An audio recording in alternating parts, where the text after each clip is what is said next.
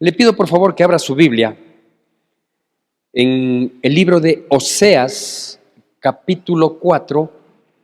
Oseas, capítulo 4. Y me voy a permitir dar lectura del versículo 1 al versículo 8. Oseas, capítulo 4, versículos del 1 al 8.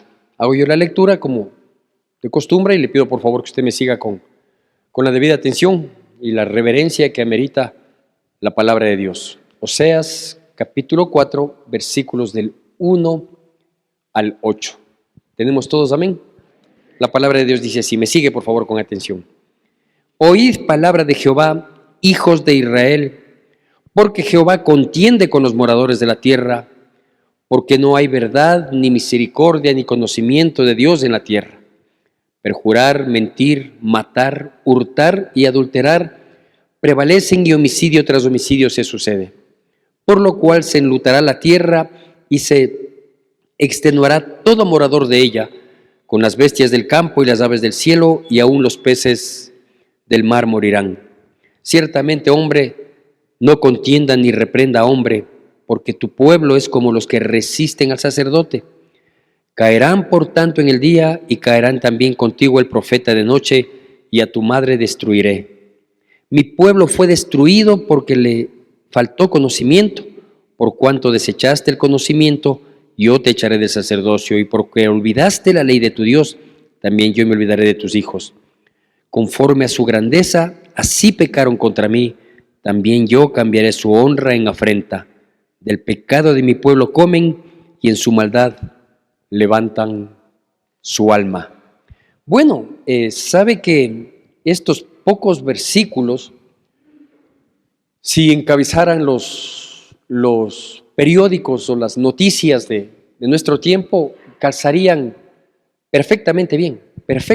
Y hablo más de nuestro país, de la situación que nosotros estamos viviendo.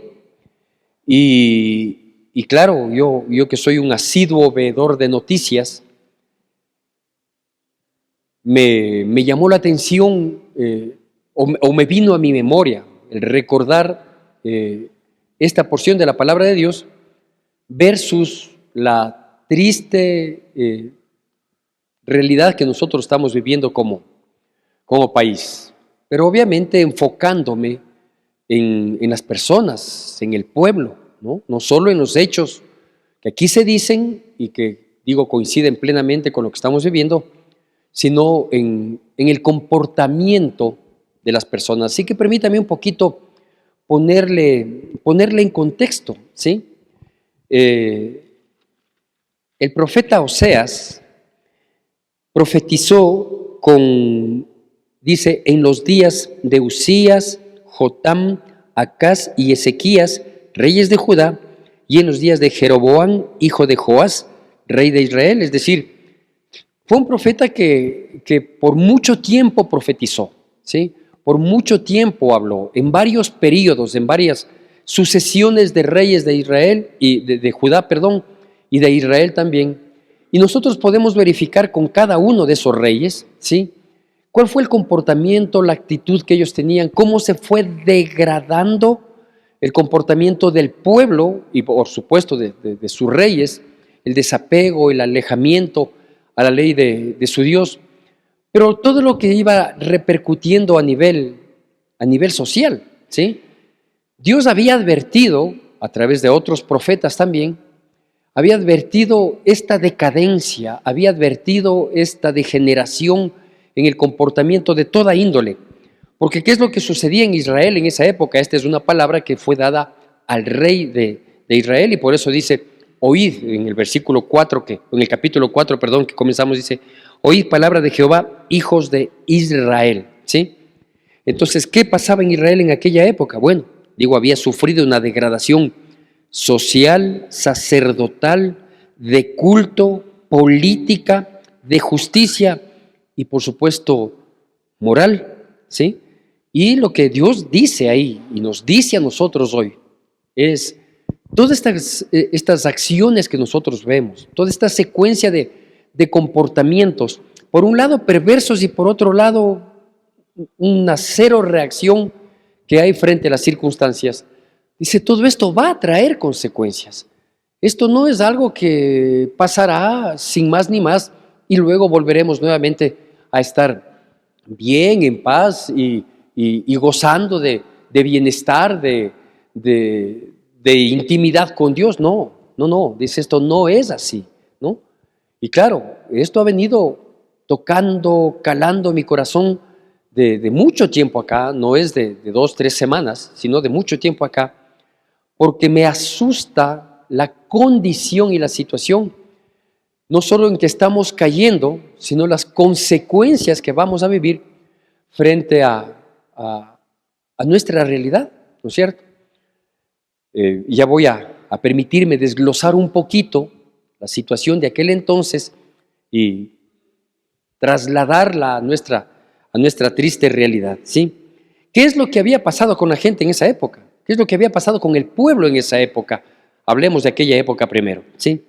Las mentes y los corazones de la gente se habían congelado, habían perdido toda sensibilidad, había una actitud de indiferencia, ¿sí? La gente no reaccionaba, la gente pues vivía y se había dejado llevar por aquella corriente, todo lo normalizó, todo lo permitió, no había una reacción apropiada frente a las circunstancias, decir, miren, esto está mal, no.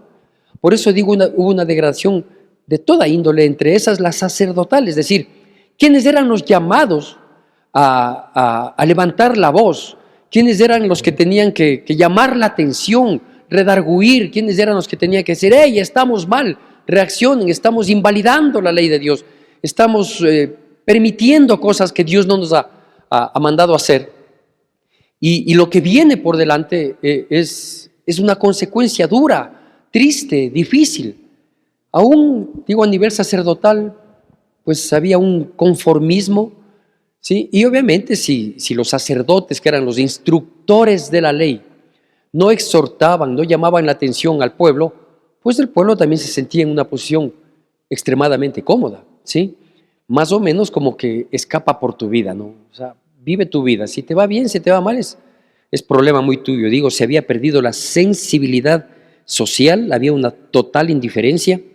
Por otro lado, habían adoptado con tanta facilidad, y esto es indignante, habían adoptado con tanta facilidad los pecados del paganismo. Es decir, todos aquellos ritos, todas aquellas costumbres, todas aquellas tradiciones que no eran propias del pueblo de Dios, que eran propias de otras naciones, que Dios les había castigado, que eran comportamientos inmorales, ritos idolátricos, que Dios nunca les dio a través de la ley de Moisés, pero que ellos iban enterando, iban acogiendo como una mezcla de culturas, entre comillas, y lo acogieron con una liviandad impresionante, y mucho más todos aquellos que tenían que ver con la inmoralidad, ¿sí? La acogieron y digo, había una indiferencia, los corazones estaban congelados, no estaban tibios, estaban congelados. Nadie reaccionó, nadie llamó la atención, nadie se escandalizó, sino que las cosas se iban dando y la gente iba aceptando. Digo, con una liviandad increíble aceptaron el pecado del paganismo y principalmente, y hasta con cierta avidez, acogieron todos los pecados de inmoralidad que los paganos tenían, pero el pueblo de Israel, el pueblo de Dios, el escogido, el que tenía promesas de parte de Dios, lo aceptó con total tranquilidad, ¿sí? Por otro lado, la Biblia misma nos destaca en la porción que acabo de leer que se instaló una cultura de mentira. Todo era mentira. Por eso dice, perjurar, mentir, matar, hurtar y adulterar prevalecen, ¿sí? Entonces, la mentira fue la carta de presentación de muchas personas, de muchos grupos y obviamente tanto del sacerdocio, o sea, de la parte espiritual, como del poder político, ¿sí? Era la mentira. ¿sí? Es decir, esto está mal, esto no es correcto, esto así. No, pero ellos presentaban otra faceta. Vivían en un mundo totalmente paralelo y totalmente distinto, ¿sí? Porque la mentira era la publicidad, la mentira era en lo que se basaban los reyes, y ellos vivían envueltos en esa cápsula de mentira, y desde esa cápsula de mentira, pues trataban de influir en una sociedad dormida, en una sociedad apagada, en una sociedad sin capacidad de reacción. No sé por qué llegaron a ese momento, pero la mentira fue el pan de todos los días. La mentira, el engaño, y en base de la mentira se gobernaba. En base de la mentira se juzgaba, ¿sí? Quienes eran encargados de juzgar cosas menores eran los clérigos, eran los sacerdotes, eran los levitas, y ellos juzgaban y sentenciaban en base a la mentira que se les proponía. Claro, esa mentira tenía un costo. El sostener una mentira tenía un costo. ¿Por qué? Porque alguna retribución recibían.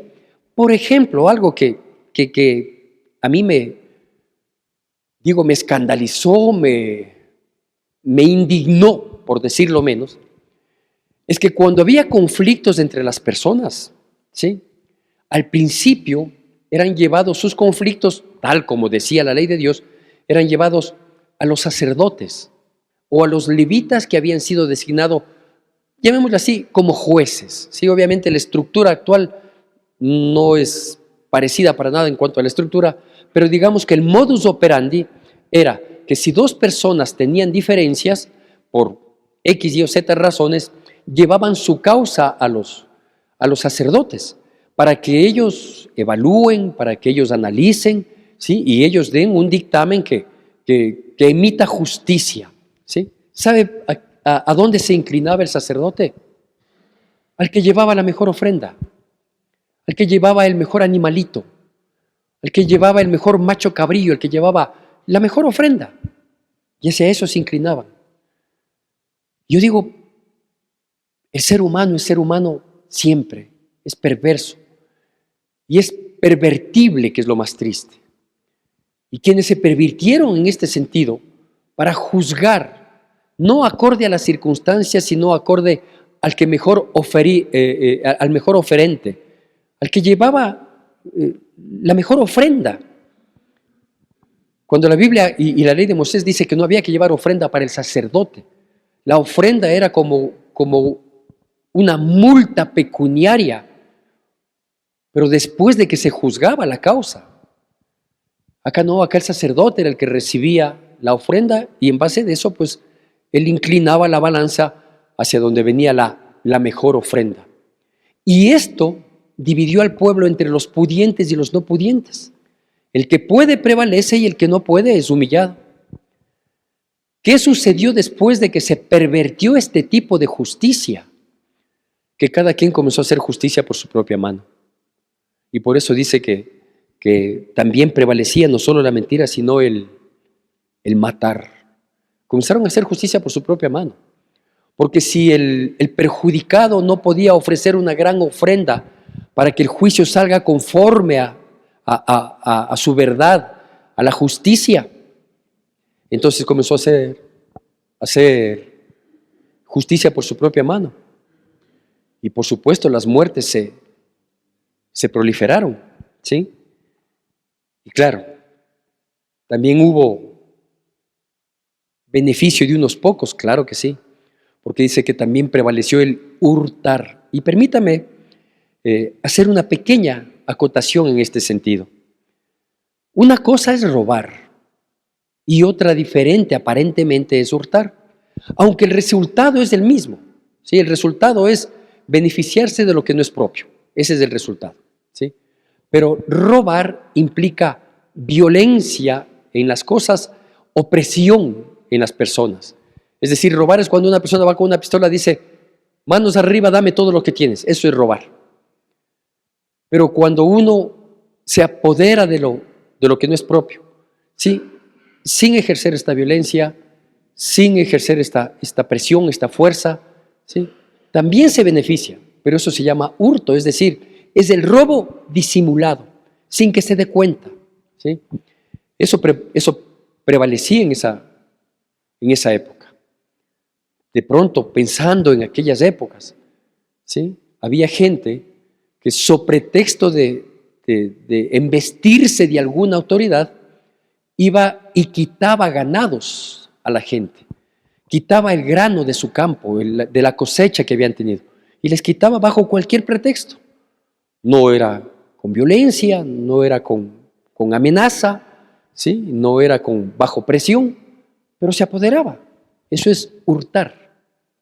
Digo, el resultado es el mismo. Y todo eso sucedía en esa época. Entonces usted entenderá, cuando yo veo las noticias de nuestro país, ¿sí? Veo del mundo también, y veo los conflictos que hay, no solo en Medio Oriente, el conocido de Israel en Gaza, y todo lo que está sucediendo, toda esta ola de crímenes que hay a propósito de guerras, ¿no es cierto? ¿Sí? De Ucrania con Rusia. Usted sí sabía que ya hubo unas escaramuzas, llamábamos aquí, cuando morían pocas personas, ¿sí? Porque el valor de la persona es tan insignificante hoy en día. Sí supo que hubo escaramuzas, por ejemplo, si mal no recuerdo, fue entre Tailandia y los chinitos. No es ni Corea ni Japón, es los otros que estuvieron en larga guerra. Bueno, no. Pero bueno, ya le digo. No es una noticia que se repitió, por ejemplo, sino que fue una noticia.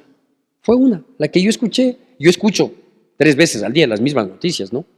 Entonces fue una noticia que escuché y dijeron, fue un pequeño enfrentamiento, obviamente, dice, la amenaza es grande, pero murieron apenas 120 personas. 120, ¿no? Para los cuantos millones que somos en el mundo, 120 no tiene mayor trascendencia. Entonces la impavidez al dar la noticia, ¿sí? A mí me escandaliza, porque digo, si una persona muriera deberíamos estar escandalizados, ¿sí? Si una persona inocente muere, pero no. Por ejemplo, en nuestro país las hemos denominado a todas las personas que mueren inocentemente, las hemos llamado víctimas colaterales. ¿Ya? Hubo un enfrentamiento entre bandas, nos dicen, y hubieron unas 2 víctimas colaterales. Y ya, son vidas, son personas, son seres humanos. Nosotros no nos escandalizamos por las muertes terribles que hay. Ya le digo, somos el segundo país en la región más violento y de los más violentos en el mundo. Y estamos cruzados de brazos y no decimos nada. Pero si no dijimos nada cuando autorizamos a que se mate a la gente, usted dirá, pastor, ¿cuándo autorizamos? La iglesia autorizó, claro, con su silencio autorizó la iglesia. Cuando se aprobó cuando se pretendió aprobar los abortos consensuados, eso es matar a gente inocente, y la Biblia dice que por esa sangre daremos cuenta. ¿Y la iglesia qué hizo? Nada.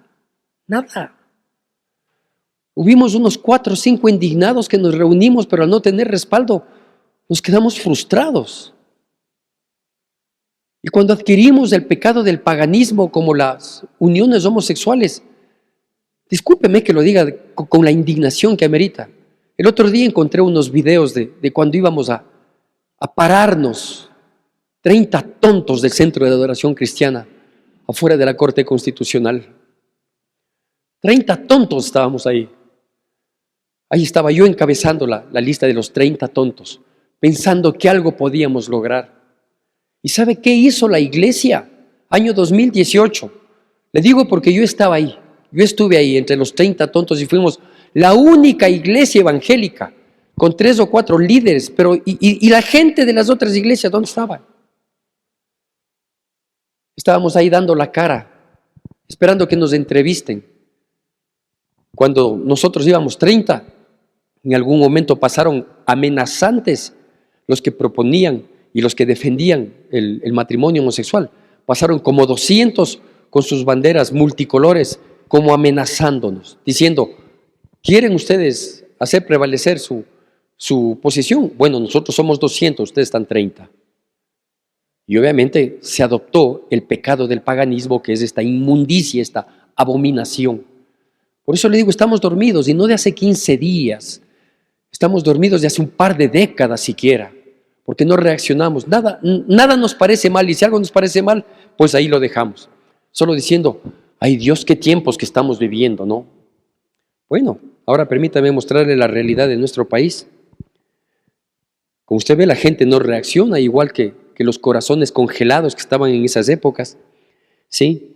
Cada quien vive para sí mismo y para su deleite. Hemos adoptado con mucha paciencia y hasta con mucho amor el pecado del paganismo. Ahora permitimos que nuestros hijos y nuestras hijas se vayan a vivir con los novios por el tiempo que ellos deseen, y si no se van a vivir, al menos se van de vacaciones, ¿no?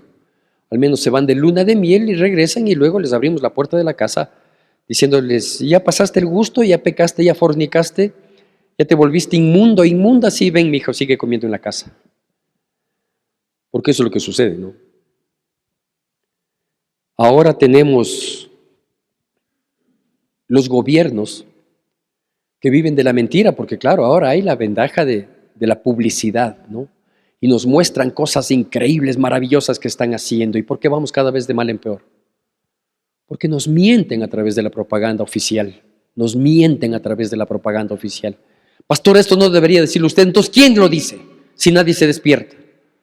Nos mienten, nos engañan, nos dicen que están trabajando. Nos muestran lo que quieren que nosotros entendamos, lo que nosotros quieren depositarnos, una narrativa. Cuando las cifras, cuando los datos que son los reales, no son ciertos. Tenemos 49 muertes violentas por cada 100,000 habitantes. Y seguimos matándonos unos a otros porque matamos la reputación de las otras personas a través de las redes sociales. Eso es lo que está sucediendo en nuestro país. Y nadie reacciona y nadie dice nada. Y si yo me callo, ¿quién lo va a decir? Al menos tengo que decirlo yo para sentirme desagraviado por último, de que hay que reaccionar frente a la situación que estamos viviendo, al menos en lo que corresponde a la inmoralidad, ¿no? Al menos en eso que tiene que ver directamente con la vida espiritual, al menos en eso reaccionemos, pues. Ya que no queremos reaccionar frente a las 624 muertes neonatales, de neonatos, en lo que va del año. 624 muertos, niños inocentes. ¿Sabe por qué mueren? Porque el gobierno, que está tan bien, redujo en $1,300 millones el presupuesto para la salud. Pero nos muestran una propaganda en que dicen que todo está bien. ¿Cómo se puede estar bien con 1,300 millones menos de recorte en la salud? ¿Usted cree que le importamos al gobierno? No le importamos un pepino. Si morimos les hacemos un favor, y si nos callamos también les estamos haciendo un favor. Más de 1,200 muertes de personas porque no pueden acceder a una diálisis, porque no les pagan a las tercerizadoras, o porque las tercerizadoras han cobrado más de lo debido. Esa es nuestra realidad. Esa es nuestra realidad. Y nosotros estamos quietos. Ni siquiera hemos hecho una campaña de oración por nuestro país, pidiéndole, Señor, consume al perverso. Y si nosotros estamos mal, repréndenos también, Señor. No hacemos absolutamente nada de eso. Parece que nos gusta ver solo las noticias deportivas, y eso cuando gana la selección, que desde hace mucho tiempo no sucede. Hospitales sin insumos médicos. Solo vemos muertes, vemos extorsiones, vemos negocios que se cierran. Usted sí sabe que una de las consecuencias de un comportamiento inadecuado de una nación es que caen en hambres terribles. Pues esas hambres se avecinan con la cantidad de despidos que hay en el sector público y obviamente también en el sector privado. Claro, en el sector privado, en un localcito que trabajan 4 personas, van, les extorsionan, los 4 se quedan sin trabajo. No lo son los 5,000 y más que están despidiendo, sino que también de los locales donde trabajaban 3, 4 personas, les toca cerrar. ¿Qué van a hacer? Van a ir a Estados Unidos, al sueño americano, en donde nos están regresando a los que estaban allá. Y claro, lo que no nos dicen y seguimos dormidos es de que el grupo empresarial de quien encabeza nuestra nación debía hace 2 años 140 millones de dólares. No ha pagado un centavo y hoy debe solo 21. ¿Sí sabía eso? Pastor, usted es antinovoísta. Soy antirrobo, antiperjuicio. Me indigna que los sapos, los vivos, los de siempre, se sigan aprovechando y nosotros estemos aquí de brazos cruzados. Eso es lo que me pasa a mí. Y no me venga a decir que soy de una línea o de una corriente política, porque esto no tiene que ver. ¿Qué corriente política está de acuerdo con que mueran 624 niños? ¿Qué corriente política está de acuerdo con que mueran 1.200 y sigan muriendo las personas porque no tienen para una diálisis?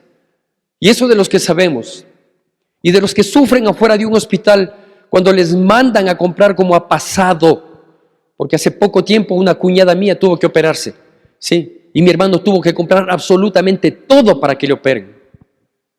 Y el que no tiene, se muere. Son víctimas colaterales de la situación. ¡Qué indignación! ¡Qué indignación! Y dice la palabra de Dios que el pueblo fue destruido porque le faltó conocimiento. Y a veces uno pensaba, yo mismo pensaba, que era por falta de conocimiento bíblico. No, es de conocimiento de esta realidad. Porque en el mismo versículo 6 que dice mi pueblo fue destruido porque le faltó conocimiento, también hace alusión como otro punto, ¿sí? Porque olvidaron la ley de su Dios. Son 2 aspectos los que llevaron a la destrucción de ese pueblo y que nos están llevando a la destrucción del nuestro, ¿sí? Es la falta de conocimiento, esta insensibilidad. No me importa lo que pase. Veo las noticias como ver llover, yo no sé qué, ¿sí? No pasa nada. Yo tengo hijos, yo tengo nietos. A mí me espanta, yo quisiera tener 500 años más de vida y que Dios me dé la fuerza y que tenga siempre una fuente de trabajo para sostenerles, ayudarles, bendecirles, apoyarles a mis hijos. ¿Qué nos pasa a nosotros que no parece que no tenemos responsabilidad ni con nosotros mismos, pero con los nuestros? Yo veo a mis nietecitos tan alegres, tan felices ahora, porque digo, gloria a Dios que tienen un pan, gloria a Dios que viven bajo un techo. Es un milagro que tengan esto, pero yo no sé qué va a pasar mañana. Si se les cierran las puertas a nuestros hijos en sus trabajos, para los cuales se han preparado, porque son personas que estudiaron, son personas que se sacrificaron, y algunos hasta han hecho posgrados para morir de hambre, porque no hay capacidad de reacción, porque no hay ni conocimiento ni interés por conocer, porque no se conoce y nadie tiene interés. Cuando uno le habla a otro, ahora nos catalogan entre los pro y los contra. Y si uno dice esto o algo como lo que yo estoy diciendo, entonces el pastor es de tal línea política. No soy de ninguna línea política. Soy de la línea de los que tenemos todavía corazón, que sentimos, que nos angustia hacia dónde estamos yendo. Mire lo que dice la palabra de Dios. Permítame repetirle el versículo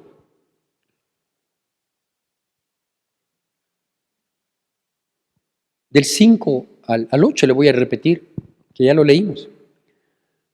Porque aquí yo quiero hacer notar algo, ¿no? Caerán por tanto en el día y caerá también contigo el profeta de noche y a tu madre destruiré. ¿Quién dice eso? Dios a través del profeta. Entonces ese Dios bonito, bondadoso, al que le decimos Diosito, ayúdanos, Diosito, sánanos, Diosito, Diosito, Diosito, también es un Dios justo. ¿Es un Dios de amor? Claro que sí, pero no hay cómo abusar de su amor, de su misericordia, de su bondad. Porque es un Dios justo y en su justicia Él dice, ¿sabes qué? Porque has hecho las cosas mal, porque no tienes conocimiento, porque has perdido sensibilidad, porque te vale un pepino, porque te has acoplado a la estructura social perversa, diabólica en la que estamos. Yo también te voy a destruir a ti. Yo también. Y no solo dice yo no voy a hacer nada, yo te voy a destruir. Destruiré a tu madre, dice ahí. Y van a caer tanto las personas como tal, como también el profeta. Insisto, yo no sé si usted ve las noticias, pero hace no mucho tiempo hubo un ataque terrible en nuestro vecino país del norte, a un candidato presidencial, Miguel Uribe se llama él, ¿sí? Y era un político joven, creo que tenía 39 años, si mal no recuerdo, no sé de qué línea política era, pero sufrió un atentado terrible. ¿Y sabe qué pasó? Que como él había sido, no sé si era cristiano o al menos congeniaba con el cristianismo evangélico, cuando él sufre este ataque terrible, ¿sí?, comienzan a levantarse líderes conocidos de mega iglesias que predican lindo porque la gente vuelve, porque les gusta escuchar las predicaciones que ellos tienen, otros que son bastante místicos, que casi ni se guían en la palabra, sino todo Dios les da directamente. Todos estos falsos, mentirosos, hipócritas, maestros, enseñadores de qué Biblia será, profetizaron que él se iba a sanar y que iba a gobernar y que le iba a ir muy bien. Y murió. Y murió. Entonces, ¿qué profetizaron? Mentira. Mentira profetizaron. Y todos ellos dicen que van a caer, porque el profeta caerá también en la noche. Es decir, más tarde que temprano también va a caer. Los que mienten, los que predican mentira. Yo prefiero ser frontal, porque yo tengo que dar cuentas a Dios de lo que yo haga o deje de hacer. Y no solo en mi vida personal, porque si Dios me ha puesto aquí como siervo, pues como siervo también tendré que responder. Concluyo. Y mi pueblo fue destruido porque le faltó conocimiento de su realidad, conocer un poquito más profundo lo que está pasando, no ser insensibles, no dejar pasar, no decir no pasa nada, no, como yo tengo para comer, claro, hoy tengo para comer, hoy a lo mejor tengo unos pocos dólares para salir y comer rico en el bar, a lo mejor hoy sí, y mis hijos mañana, y mis nietos hermosos, preciosos, que reaniman mi vida porque son la prolongación de mi existencia. ¿Qué va a ser de ellos mañana? Si yo me callo, si yo no digo nada.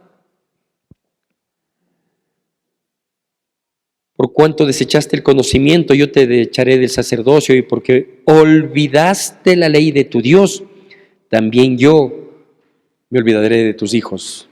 Vea, yo no le voy a hacer acuerdo ahora de toda la ley de Dios.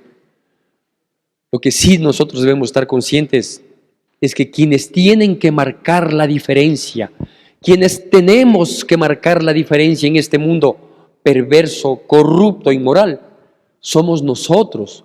Porque si nosotros no somos la sal de este mundo, si nosotros no somos la luz, si nosotros no somos notoriamente diferentes, sí, nadie va a reaccionar, nadie va a tener a quien volver la mirada. Pero si nos ven a nosotros firmes en los caminos de Dios, jugándonos por causa de Cristo, confiando en Dios, de que Él nos va a respaldar si hacemos las cosas bien, entonces el pueblo va a estar guardado, protegido, amparado por nuestro Dios. Pero si somos igual que el resto, si nos manejamos igual que el resto, solo por decir Diosito, Diosito, Dios nos va a respaldar, no. Él no está con contemplaciones. Termina diciendo, versículo 7, conforme a su grandeza, es decir, a la arrogancia con la que se peca hoy, a la arrogancia con la que se jacta del poder del momento, a la arrogancia con la que tenemos las personas de decir, ay, estos cristianos, estos son unos amargados, pudiendo vivir la vida y ser felices. Sé feliz y deja ser feliz al resto. No, dice, conforme a esa grandeza, así pecaron contra Dios. También yo cambiaré su honra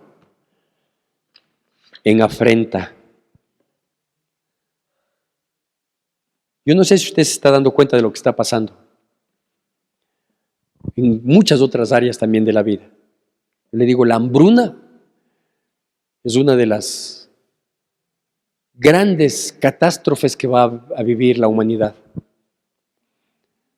Me decía a mí, no recuerdo la cifra, me decía a mí el otro día, mi hijo Martín, dice, con esto de la inteligencia artificial, papi, que ahora hacen casi todo.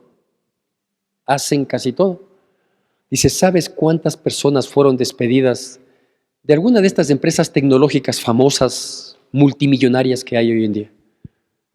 De hoy a mañana entró la inteligencia artificial y despidieron, si mal no recuerdo, fue como a 4.500 personas. Despedidas. Que estaban seguras de trabajar en una multimillonaria, en una empresa multimillonaria. Con las expectativas posiblemente no solo de mantener sus buenos sueldos, sino sus grandes ganancias. Con inteligencia artificial hoy ya no se necesita secretaria. Se van reduciendo los puestos de trabajo. No hemos visto, no nos damos cuenta. Estamos ciegos, insensibles. Vea, si usted no es como yo, que se martiriza viendo las noticias, al menos miremos la Biblia, ¿no? Permítame proponer algo que con el Wilito conversábamos la semana anterior, a propósito de que estuve iniciando mi gripe o lo que haya sido la semana anterior, que hoy estoy un poco afónico, pero me siento súper bien. La semana anterior tenía un dolor en la garganta terrible, ¿no? Y bueno, pues había que predicar y gloria a Dios por eso, ¿sí? Y me proponía el Wilito y yo quiero acoger esto. ¿Sí? Me dice, pastor, creo que hace falta una semana completa de oración.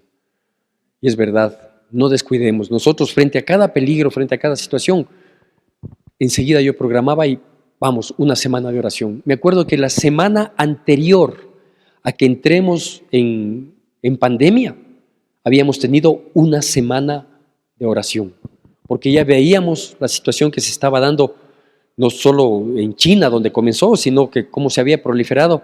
Y dijimos, hagamos esta semana. Hicimos esta semana, terminamos ese viernes y el domingo ya no tuvimos culto. Así que vamos a hacer una semana de oración. Tanto por las enfermedades que se han proliferado. Antes del cáncer era una eventualidad en nuestra iglesia. Ahora hay muchas personas que están atravesando por esa enfermedad. Por la misericordia de Dios somos sostenidos, sustentados, gloria a Dios, pero no abusemos de la misericordia de Dios. Yo creo que es tiempo de venir a humillarnos delante de Dios. Propongo la semana última de este mes, del 27 de agosto, desde el lunes hasta el viernes, a humillarnos delante de la presencia de Dios. Yo soy responsable con mi vida, soy responsable con la de mis hijos y con la de mis generaciones, de mis nietos. Yo vengo a humillarme delante de la presencia de Dios.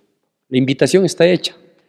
Esperemos que nuestros corazones no estén congelados como los de muchos. Que Dios tenga misericordia de nuestras vidas y que Dios bendiga poderosamente nuestras vidas en Cristo Jesús.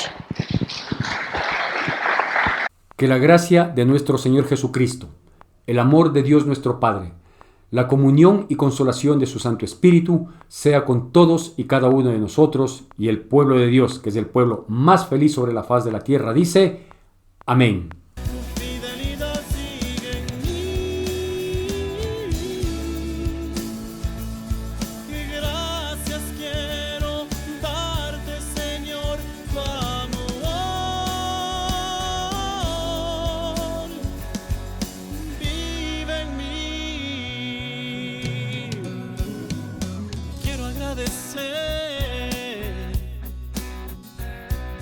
Aquel que mi vida salvó, aquel que su mano me extendió y dio refugio a mi corazón. Quiero agradecer al único que siempre me amó, al que todo lo dio y hasta su hijo